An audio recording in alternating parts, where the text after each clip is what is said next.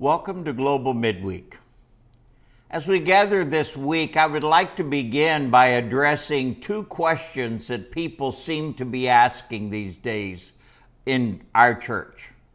Number one, are we going to go through all of the Psalms during our Global Online? Probably not. We began this study so that we would get the heart behind many of the actions that we find in the Old Testament and see how that applies to us today. We just happen to have done the first three Psalms in order, and I'll let you know now this next Sunday we will be doing Psalm number 4. But that's no guarantee that we're going to keep up with 5, 6, etc. However, one good part about this is if the quarantine lasts long enough, then Pastor Marcel and I have 3 years worth of material that we can work on. Just kidding. But I will say this, up to this point, Marcel's been doing all the odd number ones and I've been doing all the even. If this goes long enough and we get to Psalm 119, I just want everyone to know I'm going on a really long bike ride. Second question people are asking, when are we going to be able to all meet together at the building? Well, the short answer is I have no idea. Last Saturday evening, we had a global information meeting, and some of the highlights that we discussed during that time is this. Our top priority as we make plans to return to the building is the safety of our church family and guests. That's our top priority. We realize that everyone is not going to feel as safe and comfortable returning to a larger group environment, and that is okay. We don't all have to get back at the same time. We are thinking of this kind of like a very large plane landing on a very long runway.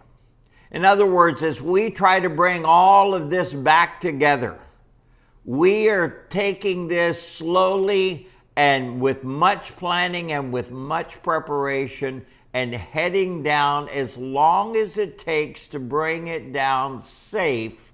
That's what we want. Again, when, we do not know. We are listening to the government. We're listening and reading the guidelines from the CDC.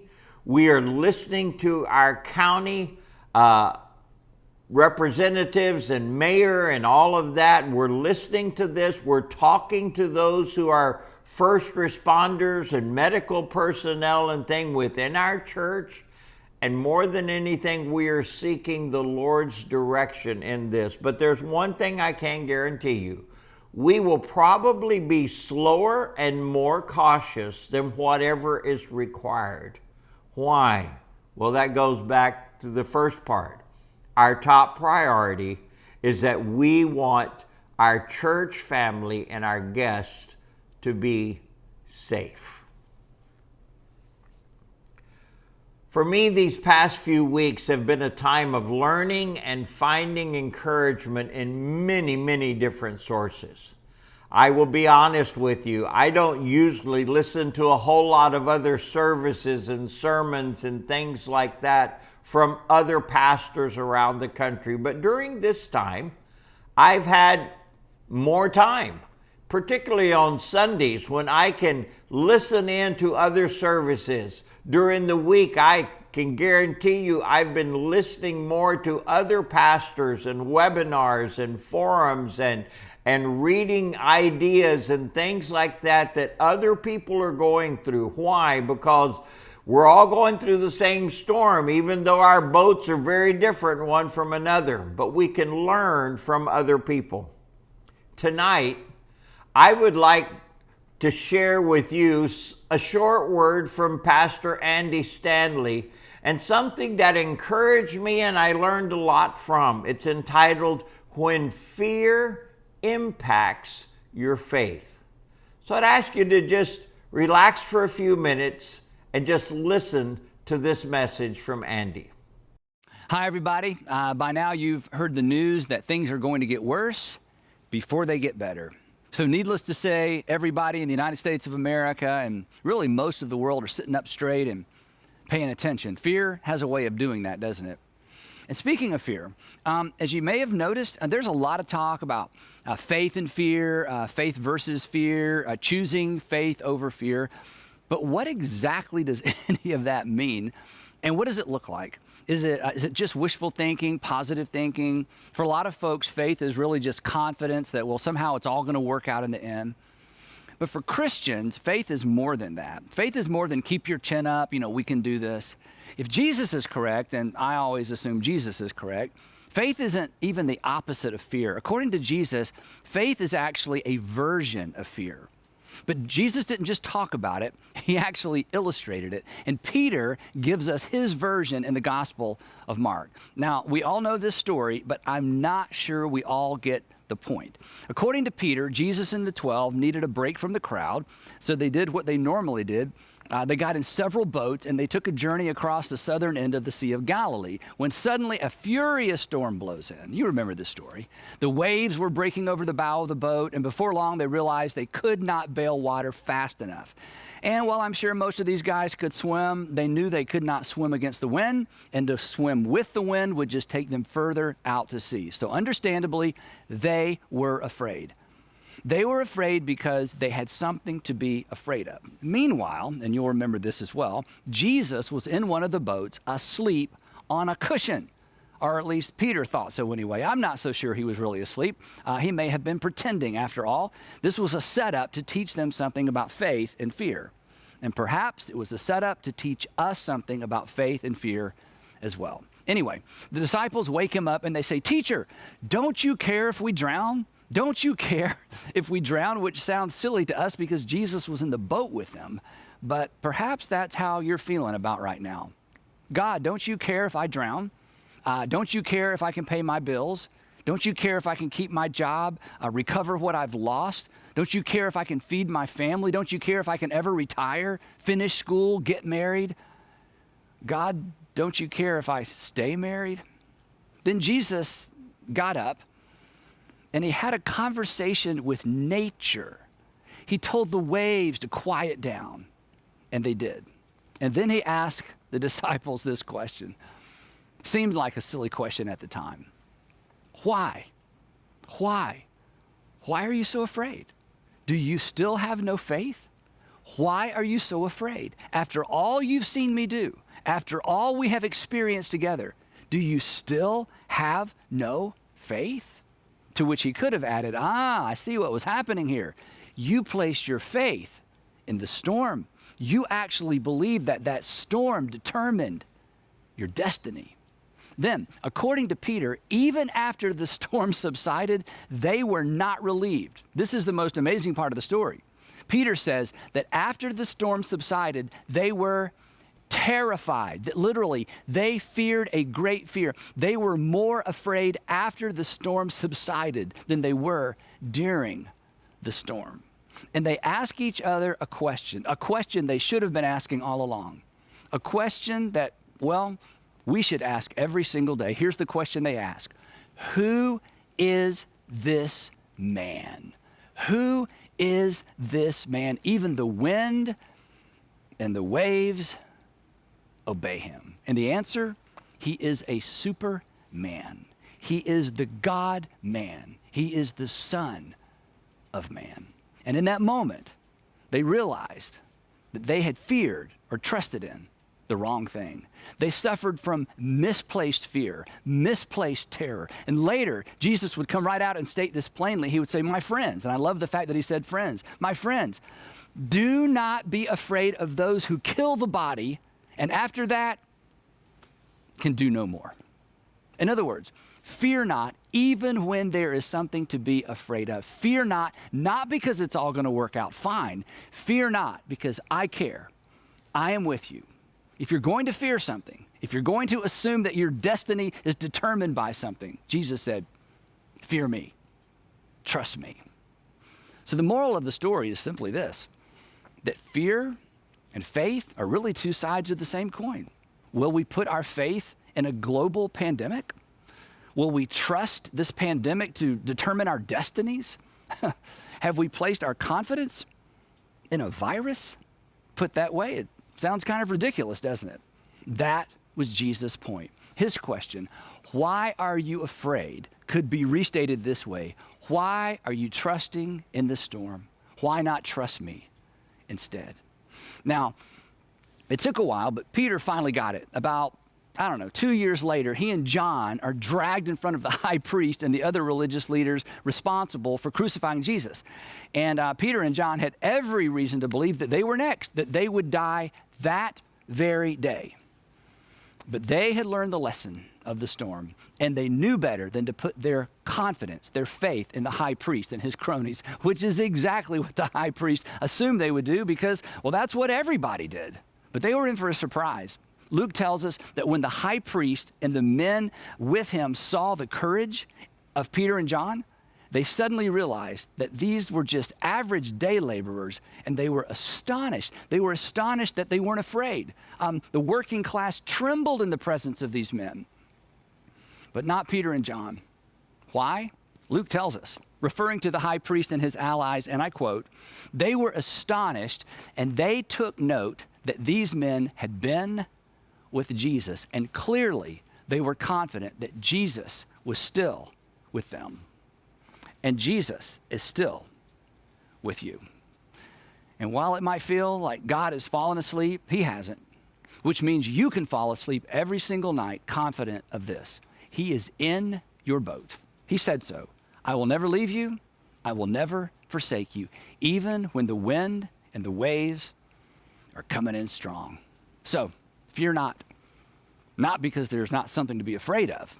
Fear not because there's someone to fear even more. Someone who loves you too much to abandon you. Someone whose grace and mercy will be sufficient for you right through this storm. The captain of your soul. It's going to get worse before it gets better. So wash your hands, practice social distancing, pray for the sick, and pray specifically for the extraordinary men and women caring for the sick. But then, every single morning, fix your eyes on Jesus, the pioneer and the perfecter of our faith, who for the joy set before him endured the cross, scorning its shame, and then he sat down at the right hand of the throne of God. Consider him who endured such opposition from sinners, so that you will not grow weary and you will not lose heart.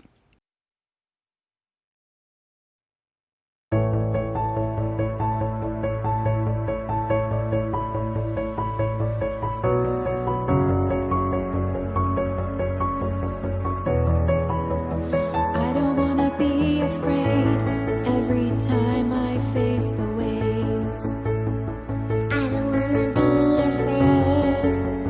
I don't wanna be afraid. I don't wanna fear the storm just because I hear the roar. I don't wanna fear the storm.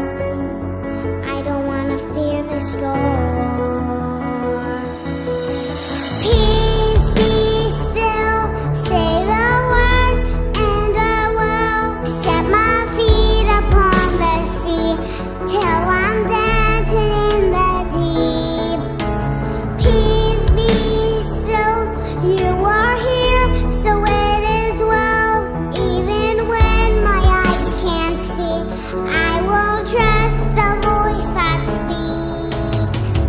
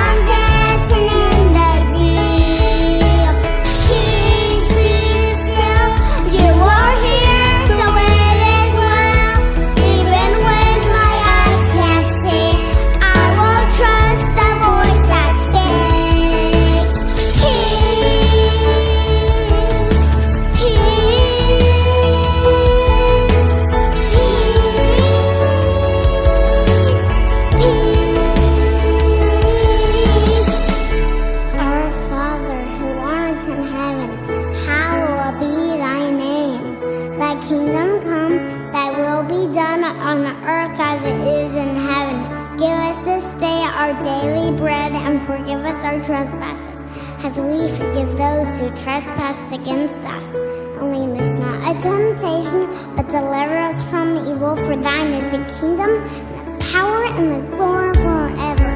Amen.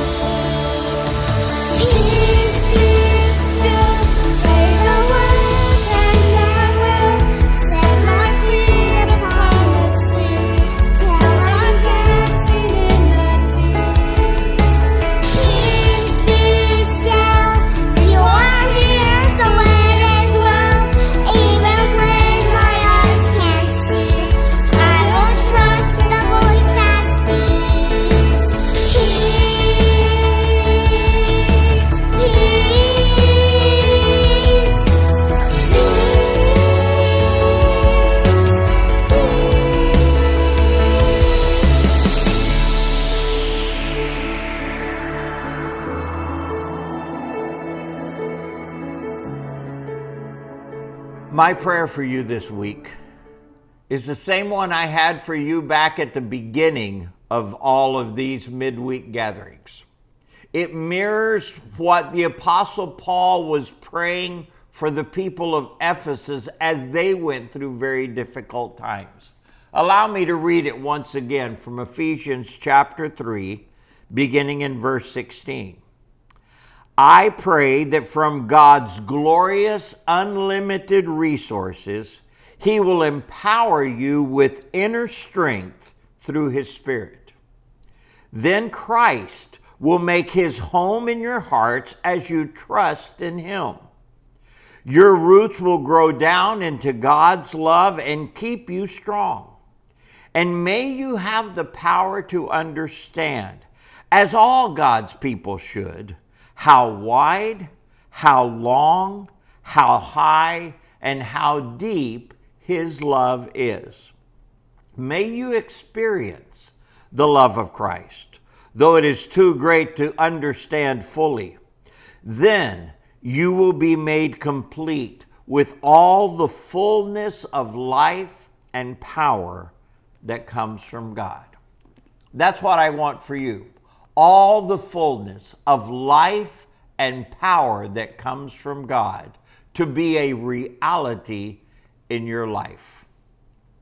May I just say that beginning next week, we're going to be having our midweek gathering on Wednesday night instead of Thursday. We have several life groups that meet on Thursday, and some have suggested that it would be better for them and maybe more people would get more out of these weekly gatherings if we had them on Wednesday. And so we're going to be doing that, and we will be going live next Wednesday at 7:30 on all of the platforms that we normally use.